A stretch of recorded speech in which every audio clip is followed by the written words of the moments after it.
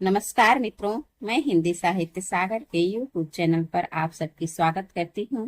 पिछले वीडियो में हमने गोविंद पांडे सरस्वती पांडे जी की पुस्तक से अपभ्रंश साहित्य को पढ़ा था और इस वीडियो में हम सिद्ध साहित्य को देखेंगे। और चलिए बिना देर किए हुए आइए हम लोग पढ़ना शुरू करते हैं। और हाँ, उससे पहले जिन्होंने मेरे चैनल को सब्सक्राइब कर लिया है उन लोगों को बहुत बहुत धन्यवाद, और जिन्होंने अभी तक मेरे चैनल को सब्सक्राइब नहीं किया है वे जल्दी से जल्दी सब्सक्राइब कर लें ताकि मेरे साथ जुड़ करके सरस्वती पांडे गोविंद पांडे जी की पुस्तक को अच्छे से पढ़ें और समझें। तो चलिए बिना देर करते हुए शुरू करते हैं आज का सिद्ध साहित्य। सिद्ध साहित्य, सरहप्पा को सिद्ध साहित्य का प्रथम कवि माना जाता है। तो सरहप्पा को प्रथम कवि माना जाता है हिंदी का। इन्हें सरोज ब्रज, राहुल भद्र आदि नामों से भी जाना जाता है। सिद्धों में सबसे पुराने सरहपाद हैं। सिद्धों में सबसे पुराने कौन हैं? तो सरहपाद हैं। सिद्धों ने बौद्ध धर्म के ब्रजयान तत्व का प्रचार करने के लिए जो साहित्य जनभाषा में लिखा वह हिंदी के सिद्ध साहित्य की सीमा में आता है। ब्रजयान का केंद्र श्री पर्वत पर रहा। ब्रजयान का केंद्र कहाँ? तो श्री पर्वत पर रहा। सहजयानियों की भाषा का नाम संध्या भाषा है। सहजयानियों यानी सिद्धों की भाषा क्या था? तो संध्या भाषा था। संध्या भाषा है। कुछ विद्वानों ने संध्या भाषा का अर्थ यह बताया है कि यह ऐसी भाषा है जिसमें संध्या के समान प्रकाश तथा अंधकार का मिश्रण है। ज्ञान के आलोक से उसकी सारी बातें स्पष्ट हो जाती है। तो कुछ विद्वानों का मानना है कि जो संध्या भाषा है इसका अर्थ जो है संध्या के समान प्रकाश तथा अंधकार, जो सायंकाल का समय होता है, कुछ अंधेरा होने वाला रहता है और थोड़ा थोड़ा उजाला रहता है, वैसा ही माने हैं। संध्या के समान प्रकाश तथा अंधकार का मिश्रण, ज्ञान के आलोक में उसकी सारी बातें स्पष्ट हो जाती है। कुछ विद्वानों ने संध्या भाषा का अर्थ अभिसंधि या अभिप्राय युक्त वाणी बताया है। पंडित विधुशेखर शास्त्री ने बताया है कि मूल शब्द संध्या भाषा नहीं बल्कि संध्या भाषा रहा होगा। तो विधुशेखर शास्त्री जी ने बताया कि जो मूल शब्द संध्या भाषा हम लोग कहते हैं तो संध्या भाषा नहीं रहा बल्कि संध्या भाषा रहा होगा। आगे है जो त्रिस्वर ठाकुर रचित वर्ण रत्नाकर नामक 14वीं शताब्दी के मैथिल ग्रंथ में 84 सिद्धों के नाम दिए गए हैं। जो वर्ण रत्नाकर है इसमें जो है 84 सिद्धों का नाम मिलता है। वर्ण रत्नाकर किसकी है? तो ज्योतिश्वर ठाकुर की है। कब की है? तो 14वीं शताब्दी की है। किस भाषा में है? तो मैथिल भाषा में है। यहाँ से भी प्रश्न परीक्षा में देखने को मिलता है। आगे है कि सहजयानियों की संध्या भाषा का प्रभाव संत कवियों पर भी पड़ा और वे उलटबासियां लिखने लगे। जो सहजयानी थे इनकी जो भाषा थी संध्या भाषा, इसका प्रभाव जो है आगे चलकर हमारे जो संत कवि थे उन पर भी पड़ा और वे उलटबासियां लिखने लगे। आगे है कि राहुल सांकृत्यायन ने सरहपाद का समय 769 ईस्वी स्थिर किया है, यानी 769 ईस्वी बताया है। सरहपाद का समय राहुल सांकृत्यायन ने कितना बताया है? तो 769 ईस्वी बताया है। आगे है विनय तोष भट्टाचार्य ने सरहपाद का समय कितना बताया है? तो ये विक्रम संवत 690 और ईस्वी में 633 बताए हैं। विनय तोष भट्टाचार्य जी ने सरहपाद का समय संवत 90 और ईस्वी में देखें तो 633 ईस्वी बताया है। इनके यानी सरहपाद के लिखे 32 ग्रंथ बताए जाते हैं जिनमें दोहा कोश प्रसिद्ध है। महामहोपाध्याय हर प्रसाद शास्त्री द्वारा संपादित बौद्ध गान ओ दूहा में सरहपा और कृष्णाचार्य का दोहा संग्रहित है। तो बौद्ध गान ओ दोहा में सरहपा और कृष्णाचार्य दोनों का दोहा संग्रहित है और महामहोपाध्याय हरप्रसाद शास्त्री द्वारा संपादित यह बौद्ध उगान दोहा है।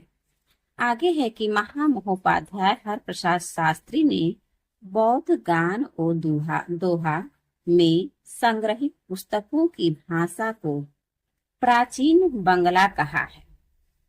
ठीक है, हरप्रसाद शास्त्री जी ने बौद्ध गान ओ दोहा में जो संग्रहित पुस्तकों की भाषा को क्या बताए हैं, तो प्राचीन बांग्ला कहा है। आगे है दोहा कोश का संपादन डॉक्टर प्रबोध चंद्र बागची ने किया।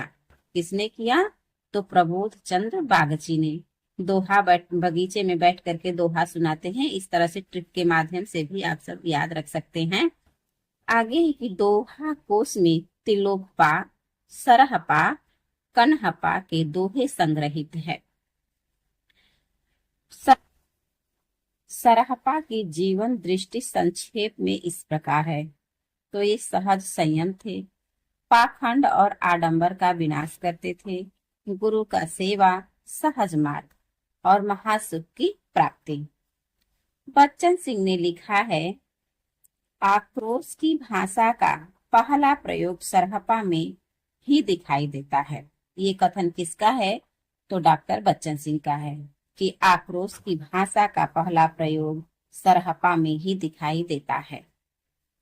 सिद्धों की भाषा को संध्या भाषा का नाम मुनिदत्त तथा अद्वय ब्रज ने दिया। जो संध्या भाषा सिद्धों का भाषा जो संध्या भाषा है, उसका नाम जो है मुनिदत्त और अद्वय ब्रज ने दिया।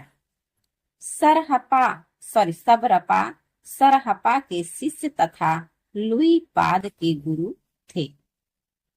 सबरों की वेशभूषा में रहने के कारण इनका नाम सबरपाद पड़ा। इनका यानी सबरपा का नाम जो है सबरपाद पड़ा। क्यों पड़ा, तो सबरों की वेशभूषा में वो रहते थे, इसी कारण इनका नाम जो है सबरपाद पड़ा। इनका जन्म जो है क्षत्रिय कुल में सन 780 ईस्वी में हुआ। इनका जन्म यानी सबरपा का जन्म क्षत्रिय कुल में हुआ था और कब हुआ था, तो 780 ईस्वी में हुआ था। चर्यापद सबरपा की प्रसिद्ध पुस्तक है और ऊपर हम लोग पढ़े थे कि सरहपा की प्रसिद्ध पुस्तक कौन था, तो दोहा कोश था और उनके कुल कितने ग्रंथ बताए जाते थे, तो 32 ग्रंथ बताए जाते हैं और प्रसिद्ध क्या था, दोहा कोश था। और सबरपा का जो है चर्यापद प्रसिद्ध पुस्तक है। चर्यापद एक प्रकार का गीत है जो सामान्यतः अनुष्ठानों के समय गाया जाता है। चर्यापद संध्या भाषा के दृष्टिकूट में लिखी गई है, जिनके दोहरे अर्थ होते हैं। दृष्टिकूट का मतलब होता है दोहरे अर्थ। एक बार पुनः देखते हैं कि चर्यापद एक प्रकार का गीत है जो सामान्यतः अनुष्ठानों के समय गाया जाता है। चर्यापद संध्या भाषा के दृष्टिकूट में लिखी गई है, जिनके दोहरे अर्थ होते हैं। सिद्ध साहित्य में दोहा कोश की रचना परिनिष्ठित अपभ्रंश में हुई है। देखिए, सिद्ध साहित्य में जो है दोहा कोश की रचना किस अपभ्रंश में हुई है, तो परिनिष्ठित अपभ्रंश में हुई है, तथा जो चर्यापदों की रचना हुई है वो अवहट भाषा में हुई है। सिद्धों का दोहा और चर्यापद संत साहित्य में क्रमशः साखी और शब्दी में किंचित रूपांतरित हो गया। एक बार पुनः देखते हैं क्या है कि सिद्धों का दोहा और चर्यापद संत साहित्य में क्रमशः साखी और शब्दी में किंचित रूपांतरित हो गया। अब आते हैं लुईपा। तो लुईपा का जन्म राजा धर्मपाल के शासन काल में सन 773 ईस्वी में एक कायस्थ परिवार में हुआ था। जो सबरपा थे उनका जन्म जो है क्षत्रिय कुल में हुआ था और 780 ईस्वी में हुआ था, और जो लुईपा हैं इनका जन्म जो है 773 ईस्वी में होता है और कायस्थ परिवार में हुआ है। लुईपा जो है सबरपा के शिष्य थे। 84 सिद्धों में लुईपा का स्थान प्रथम तथा सबसे ऊंचा माना जाता है। ये देखिए प्रश्न थोड़ा सा ध्यान दीजिएगा।